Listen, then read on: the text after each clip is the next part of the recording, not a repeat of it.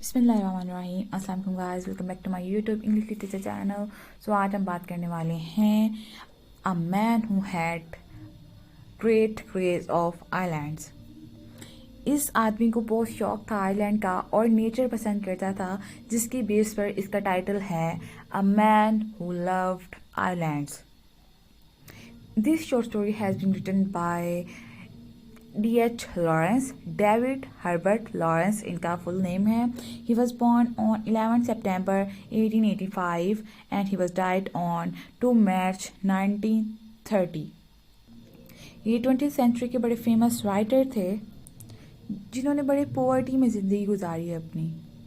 ये एक illiterate person थे, फिर भी he was famous of about his novels, short stories, poems, plays, essays, travel books and letters। और इनकी जो राइटिंग है वो एक्सप्लोर करती है इंडस्ट्रियलाइजेशन को और मॉडर्निटी को, because he was the hater of modern time of period. खैर, हम अब इनके वर्क्स की बात करते हैं। इन्होंने बड़े ग्रेट वर्क्स लिखे हैं, लेकिन 3 फेमस नॉवेल्स हैं इनके: most, sons and the lovers, the rainbow, the women in love, जिनमें हमें इनके ऑटोबायोग्राफिकल एलिमेंट्स पे नज़र आते हैं। अब हम बात करते हैं अपने कैरेक्टर्स की। तो देयर आर मेन 2 कैरेक्टर्स। इसमें एक जो है वो मेजर कैरेक्टर है मिस्टर कैथहार्ट, जो कि लवर है आइलैंड्स का। उसको आइलैंड्स डिस्कवर करना, रहना उन पे बहुत पसंद है, और स्पेशली आइसोलेट रहना। और सेकंड कैरेक्टर है हमारी इनकी मिसेस फ्लोरा। इन्होंने सेकंड आइलैंड पे जब ये गए थे मिस्टर कैथहार्ट, वहाँ पे इन्होंने शादी की थी फ्लोरा के साथ, जो कि विडो की बेटी है। और ये बड़ी केयरिंग है, बहुत लविंग है, और ये बहुत ख्याल करती है मिस्टर कैथहार्ट का। हालांकि ये बहुत यंग है, लेकिन मिस्टर कैथहार्ट ओल्ड एज में इन्होंने शादी की थी, राउंड अबाउट 45 एज में। तो बट फिर भी ये बहुत ख्याल रखती थी मिस्टर कैथहार्ट का, और बहुत केयरिंग और लविंग लेडी थी। अब हम बात करते हैं अपनी स्टोरी की। ये जो इस नॉवल है a man who had novella है sorry a man who loved island, ये 1928 में लिखा गया, जिसमें एक्चुअली बताया गया है कि जब इंसान अकेला हो जाता है अपनी सोसाइटी से तो उसके साथ क्या होता है। इसमें कि एक इंसान दिखाया गया है मिस्टर कैथहार्ट, जिसको मास्टर भी कहा जाता है स्टोरी में। वो बड़ा क्रेज़ है उसको आइलैंड का। वो एक आइलैंड पर बनाना चाहता है ऐसा जिसमें वो अपनी इमेजिनरी दुनिया जो है वो उसमें बिल्ड कर सके। उसको आइसोलेट रहना बहुत पसंद है, उसको बुक्स पढ़ना बहुत पसंद है, लेकिन जिस आइलैंड में ये रहता है उसमें बहुत शोर होता है, बट ये पुरसुकून ज़िंदगी जीना चाहता है। लेकिन एट द एंड जो ये आइलैंड डिस्कवर करता है रहने के लिए, वो भी इसको परेशान कर देता है और इसको तबाह बर्बाद कर देता है, जिसमें ये फंस जाता है और कभी भी वापस नहीं निकल सकता। जो ये दुनिया क्रिएट करता है ना, वो उसको इस तरह तबाह कर देती है जिस तरह सैटर्न अपनी अलग दुनिया बनाना चाहता था और उसको ज़मीन पे फेंक दिया गया था। ये मिल्टन के रेफरेंस लिया गया है, मिल्टन की बुक से द पैराडाइज लॉस्ट। ये एक्चुअली एक एग्जाम्पल है ब्लडलेस मैन की ऑफ मॉडर्न सोसाइटी। एक्चुअली ये कैरेक्टर जो है, ये लॉरेंस का जो मोस्ट हेटेड कैरेक्टर है वो कैथहार्ट का कैरेक्टर है इस स्टोरी में, क्योंकि ये मॉडर्न पीरियड को, मॉडर्न मैन को लाइक नहीं करता था। तो उसने कैथहार्ट की सूरत में अपना जो गुस्सा है वो निकाला है इस शॉर्ट स्टोरी में, the man who loved islands. ये कभी भी हीरो नहीं है स्टोरी का, लेकिन एक मॉरल लेसन इससे सीखने को मिलता है रीडर्स को, कि अगर एक इंसान सोसाइटी से, कम्युनिटी से अलग हो जाएगा और अपनी अलग दुनिया कायम करना चाहेगा तो उसके साथ नेचर क्या सलूक करती है। लॉरेंस ने डायरेक्टली अटैक किया है मॉडर्न सिविलाइजेशन को through the man of Cathcart character. जो हमारा कैरेक्टर है कैथहार्ट, ये 3 आइलैंड पे जाता है। वो तीनों आइलैंड 3 अलग अलग चीज़ों को रिप्रेजेंट कर रहे होते हैं, जो कि रिप्रेजेंट करते हैं कम्युनिटी को, मैरिज को और इंडिपेंडेंस को।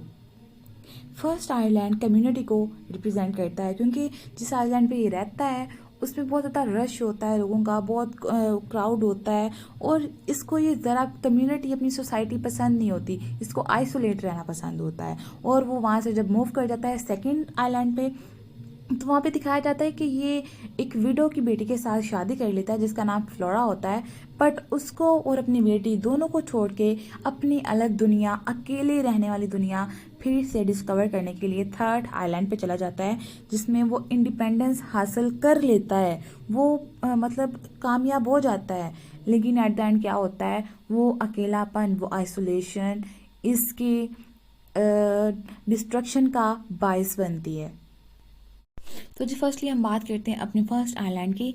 इस आइलैंड पे 3 कॉटेज होते हैं। फर्स्ट कॉटेज में एक ओल्ड कपल रहता है, सेकंड कॉटेज में एक विडो खातून रहती है, एक old Khatoon with her 2 daughters, और थर्ड जो आइलैंड है, थर्ड कॉटेज है, उसमें एक कारपेंटर रहता है with his son and wife. इस आइलैंड पे बहुत ज़्यादा कम्युनिटी होती है, बहुत सोसाइटी होती है, क्योंकि ये फर्स्ट आइलैंड होता है, ये वो वाला आइलैंड होता है जहाँ पे कैट हर्ट पैदा होता है। कैट हर्ट का ये विरासती आइलैंड होता है, ये इसकी प्रॉपर्टी है।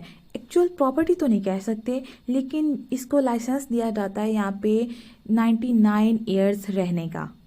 ये वहाँ पे रहना तो पसंद करता है, लेकिन वहाँ के लोगों को पसंद नहीं करता, क्योंकि वो बहुत ज़्यादा शोर मचाते हैं, बहुत क्राउड होता है वहाँ पे। वो अपनी सोसाइटी से अलग रहना पसंद करता है, क्योंकि उसको अपनी सोसाइटी पे बहुत ज़्यादा गुस्सा आता है, अपनी सोसाइटी से नफ़रत करता है, क्योंकि वो आइसोलेट रहना पसंद करता है और अपनी एक अलग दुनिया बनाना चाहता है जहाँ पे वो अलहदा रह सके, सुकून वाली लाइफ सबसे अलग रह के गुजार।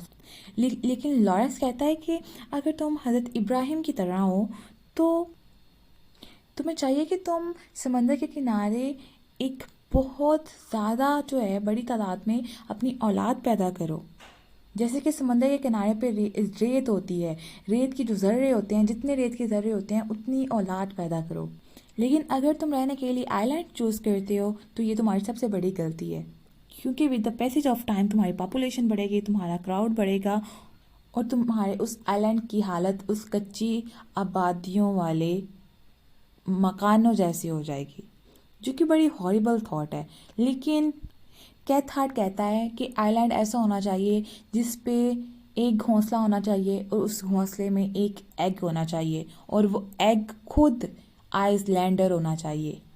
खैर उस आइलैंड पे बहुत ज़्यादा पाम ट्री भी थे, बड़ा अच्छा माहौल था, फार्म हाउस वगैरह थे, सारा कुछ था। लेकिन हमारा जो कैथहार्ट है वो यहाँ पे रहना पसंद नहीं करता बिकॉज ऑफ मच क्राउड। वो कहते हैं यहाँ पे बहुत ट्रीज़ हैं, बड़ा स्प्रिंग का बड़ा अच्छा मौसम है, स्नोफॉल भी होती है, कितना वंडरफुल ये कुदरत का निज़ाम है, लेकिन यहाँ पे लोग क्यों हैं, ये लोग नहीं होने चाहिए। समर पे वहाँ पे रोज़ भी खिलते हैं, पर खेत भी लहलहाते हैं। वहाँ पे ऑटोमन भी बड़ा ज़ोर शोर से आता है, वहाँ पे स्प्रिंग भी बड़ा अच्छा होता है, विंटर भी बहुत अच्छा होता है, लेकिन वहाँ पे हुजूम है, लोगों का एक बहुत बड़ा क्राउड है, जिसकी वजह से वहाँ पे बहुत ज़्यादा ग्लूमीनेस है। वो कहता है कि मुझे रात में फ़ील होता है कि इस आइलैंड पे वो भी इंसान हैं जो पहले बहुत साल पहले मर चुके हैं, उनकी रूहें भी यहाँ पे आगे रहती हैं। इस वजह से मुझे आइलैंड जो है वो पसंद नहीं है। मैं यहाँ से एक अलग दुनिया जिसमें सिर्फ मैं होऊंगा और आराम होगा वो बनाना चाहता हूँ। फिर वो इसी तरह सेकंड आइलैंड की तलाश में निकल जाता है। वो सेकंड आइलैंड पे मूव कर जाता है जो कि बहुत स्मॉल होता है, बहुत छोटा होता है, जैसा कि वो खुद चाहता है कि एक टीनी सा आइलैंड हो।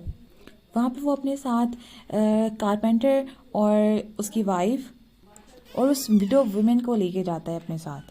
वहाँ पे एक घर होता है 6 कमरों वाला और 2 कॉटेज होते हैं। 6 कमरों वाले घर में वो खुद रहता है और 2 कॉटेज में उसके साथ वो एक कॉटेज में उसकी डॉटर, वो विडो और उसकी डॉटर्स रहती हैं, और सेकंड में वो कारपेंटर रहता है। वो कहता है कि यहाँ पे कोई ह्यूमन का गोस्ट नहीं है, कोई शोर नहीं है, ऐसा लगता है जैसे शोर ने सबको वॉश्ड आउट कर दिया हो। वहाँ पे वो विडो की बेटी के साथ, फ्लोरा के साथ शादी करता है, फिर उसके बाद बड़ी हैप्पीली लाइफ वहाँ पे गुजार रहा होता है। बट एक दिन वो फ्लोरा को, जब वो अपनी एक उसके यहाँ बेटी होती है, उसको छोड़कर चला जाता है एक थर्ड आइलैंड की तलाश में टूवर्ड नॉर्थ। वो अपनी शादी को रिजेक्ट कर जाता है और वहाँ से चला जाता है। फिर वो थर्ड आइलैंड पे जाता है जिसमें जो हाउसेस हैं वो पेबल्स और सीमेंट के बने हुए हैं। वहाँ पे एक बोट है, एक बेड है, टेबल्स हैं, 3 चेयर्स हैं और एक अच्छा सा कप बोर्ड है और कुछ किताबें हैं। वहाँ पे इंसानों की बहुत कमी है, लेकिन वहाँ पे शीप्स बहुत ज़्यादा होती हैं जो कि कैथ हार्ट के इरिटेशन का बायस बनती हैं। पहले तो वो इंसानों से जान छुड़वाना चाह रहा था, लेकिन अब वो एनिमल्स का भी दुश्मन बन गया था। वो कहता अब ये इस शीप्स, ये यहाँ पे जो शीप्स हैं ये सारी क्यों हैं, अब मैं इनको, मेरा दिल करता है मैं इनको मार दूं, लेकिन मैं कल जब वो बोट आएगी तो मैं शीप्स को उस बोट में रख के भेज दूंगा यहाँ से, क्योंकि मैं यहाँ पे कोई शोर नहीं चाहता, सिर्फ आइसोलेशन और खामोशी चाहता हूँ। और वो ऐसा ही करता है। वहाँ पे कोई दरख्त नहीं होते, कोई झाड़ियाँ नहीं होती और वो यही चाहता है कि ऐसा कुछ भी ना हो। लेकिन एक खामोश समंदर होता है वहाँ पे और वैसी ही दुनिया क्रिएट हो जाती है जैसी कैथ हार्ट चाहता है। लेकिन ये जो आइलैंड होता है ये बहुत बड़ा आइलैंड होता है, लेकिन खामोश आइलैंड होता है। जो कैथ हार्ट है वो नेचर को बहुत ज़्यादा इंजॉय करता है। एक दफ़ा क्या होता है कि यहाँ पे बहुत ज़्यादा स्नोफॉल हो जाती है, जिसकी बेस पे इतनी स्नोफॉल होती है कि इसको पहाड़ जो है वो बिल्कुल वाइट नज़र आते हैं। लेकिन कुछ ही दिनों बाद वो वाइट कलर बहुत पसंद होता है। लेकिन कुछ दिनों बाद क्या होता है, वो समर आ जाता है, धूप पड़ने लग जाती है, तो वो सारी स्नो जो है वो वॉश आउट हो जाती है। ऐसा होता है कि फिर समर आता है, समर की वजह से वो सारी स्नोफॉल जो है वो कवर ख़त्म हो जाती है। लेकिन फिर कुछ दिनों बाद हैवी स्नो शुरू हो जाती है, जो सन की वजह से रुकी होती है ना, हैवी स्नो फिर से स्टार्ट हो जाती है और इस दफ़ा उसका घर फुल बर्फ़ से ढक जाता है और उसका बाहर निकलना नामुमकिन हो जाता है। और इसी तरह वो उस स्नोफॉल में उस आइलैंड में फंस के रह जाता है। राइटर ने डायरेक्टली मोक किया है मॉडर्न मैन पे कि तुम अगर आइसोलेट रहोगे तो इसी तरह नेचर तुम्हें फंसा लेगी, नेचर भी तुम्हारी हेल्प नहीं करेगी। अगर तुम कम्युनिटी से दूर भागोगे तो नेचर भी तुम्हें हार्म पहुंचाना शुरू कर देगी। और इसी के साथ हमारी वीडियो होती है and I hope you all guys enjoyed my video. Thanks for watching. Please subscribe our channel and don't forget to press the bell icon. Allah Hafiz.